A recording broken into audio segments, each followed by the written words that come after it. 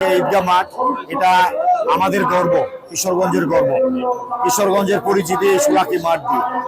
আজকে আমি এখানে ১৯৯তম ঈদের জামাতে অংশগ্রহণ করতে পেরে আমি খুবই আনন্দিত এবং গর্বিত।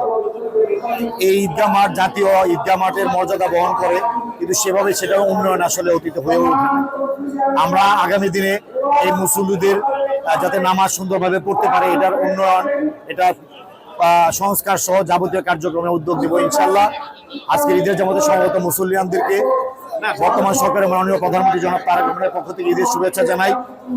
আমরা আজকে এখানে দোয়া করব যাতে বিশ্ব নির্যাতিত মুসলমানদের জন্য, যারা বিভিন্নভাবে বিভিন্ন বিশ্বের কর্নারে নির্যাতিত আছে, মজলুম এই মুসলমানদের আল্লাহ যাতে নাজাত দান করেন এবং আল্লাহ তাদেরকে যাতে শান্তি দান করেন।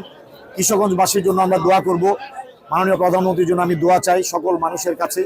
আমরা যে প্রত্যাশার জায়গা থেকে আমরা কাজ শুরু করেছি, আমরা সেই অভিষ্ট লক্ষ্যে যাতে পৌঁছতে পারি, দেশে যাতে শান্তি বিরাজ করে, সবাই আমরা দলমত নির্বিশেষে, ধর্ম বর্ণ নির্বিশেষে সবাই ঐক্যবদ্ধভাবে যেন আমরা এই বাংলাদেশটাকে এগিয়ে নিয়ে যেতে পারি। আজকের এই দিন আমাদের এই কামনা হোক। আমিও আমার ব্যক্তিগত পক্ষ থেকে, আমার দলের পক্ষ থেকে কিশোরগঞ্জবাসীকে অভিনন্দন জানাই, ঈদ মুবারক জানাই।